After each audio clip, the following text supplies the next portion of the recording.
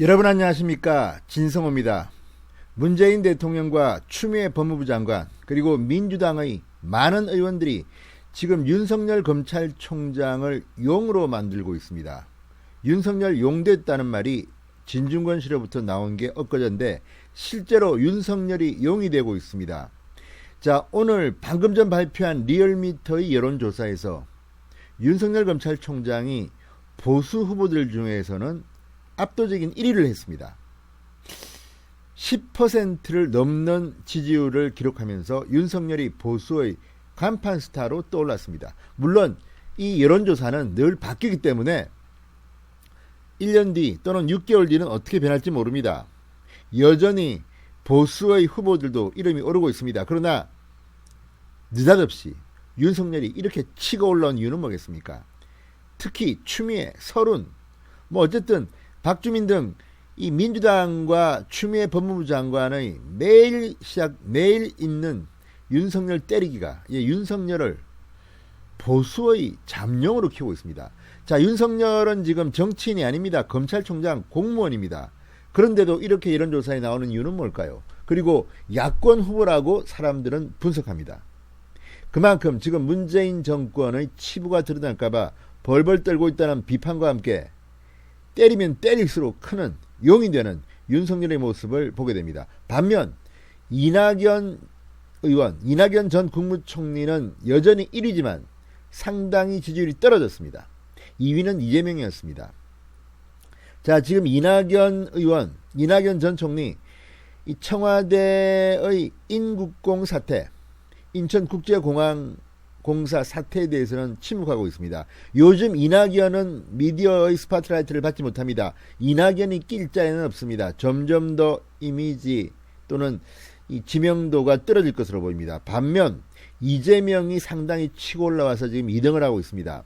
그런데 이재명의 정치적 운명은 어떻게 될지 모릅니다.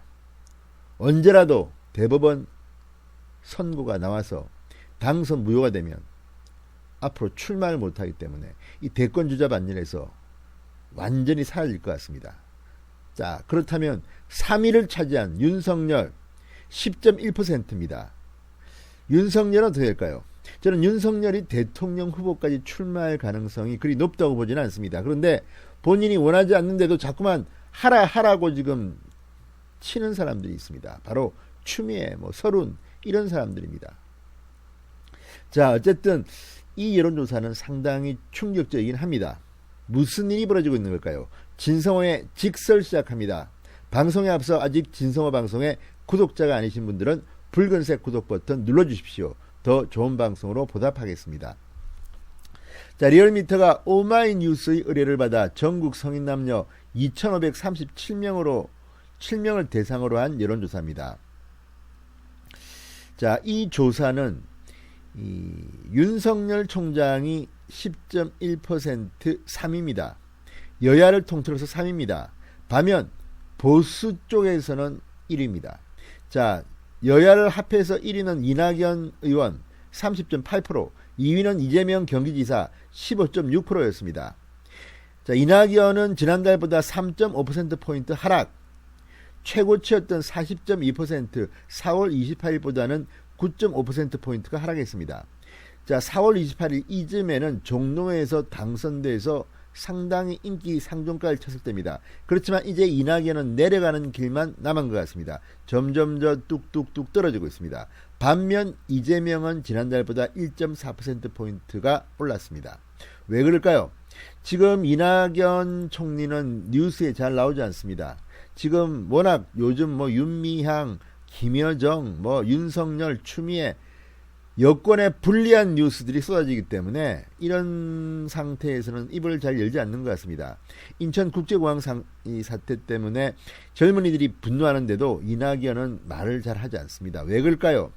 본인이 생각해도 청와대 뗐지, 니들이 잠새서 이렇게 생각하기 때문 아닐까요? 이낙연 성향상 청와대가 억울하다면 입을 열었을 겁니다. 침묵하는 이유가 궁금합니다. 자, 그러면 그 다음은 누굴까요? 자, 보수 진영에는 이 홍준표 무소속 의원이 5.3%, 황교안 전 통합당 대표가 4.8%, 오세훈 전 서울시장이 4.4%, 안철수 국민의당 대표가 3.9%. 자, 홍준표, 황교안, 오세훈, 안철수 이렇게 큰 차이 없이 이 박스권을 형성하고 있습니다. 반면 윤석열이 10.1%, 보수 진영 중에는 제일 높은 그런 수치입니다. 그런데 윤석열이 꼭 보수라고 보기도 참 그렇습니다. 그런데 문재인 정권과 대척점에 서 있다 보니까 보수주자로 인식되는 것 같습니다. 자, 지금 윤석열 총장 야권의 유력한 대선주자로 거론된다는 것 자체가 아이러니입니다. 그만큼 여당과 문재인 정권이 윤석열을 때리고 있다는 건 반증입니다. 자, 어제도 국회 법사위원회에 나와서 추미애 장관이 뭐라고 했습니까? 윤석열 총장이 제때 신천지를 압수수색 했더라면 골든타임을 놓쳤다. 그러면서 코로나도 마치 윤석열 때문인 것처럼 말했습니다. 정말 기가 막힙니다. 뭐 이것저것 다 윤석열입니다. 게다가 얼마 전에는 조국 전 장관 일가 수사를 뭐 오바했다. 자, 정말 과잉수사했다고 하는데 지금 국민들이 다 보고 있습니다. 그러니까 윤석열의 지지도가 이렇게 올라가는 것 아닐까요? 그렇지만 지금 이낙연의 30%, 이재명의 15%, 윤석열의 10%가 과연 무슨 의미가 있을까요? 저는 그런 생각도 해봅니다. 윤석열을 그렇다고 해서 희망으로 보는 국민들도 있습니다. 그런데 그러다가 또 저쪽 좌파 진영의 꼼수에 말려들 수도 있습니다. 아무튼 상당히 지금은 중요한 시기입니다. 내후년 3월이 대통령 선거입니다. 지금 이낙연 후보가 1위지만 제가 볼 때는 여권에서 이낙연을 대통령 후보로 선출하는 것은 그렇게 쉽지 않을 겁니다. 호남 대권 주자인데 일단 이낙연은 노무현 정권 때 열린우리당 후보가 아니었습니다. 열린우리당과 붙었던 민주당 후보였습니다.